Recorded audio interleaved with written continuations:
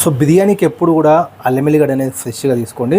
So ఇప్పటికిప్పుడు మనం ఫ్రెష్గా అయితే ప్రిపేర్ చేసుకుంటున్నాము అల్లం ఎల్లిగడ్డతో పాటే పచ్చిమిరపకాయలు ఒక 8 నుంచి 10 వరకు.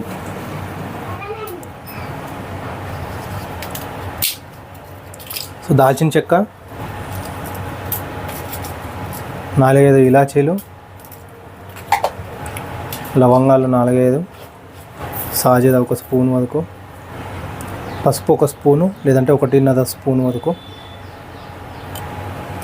కారము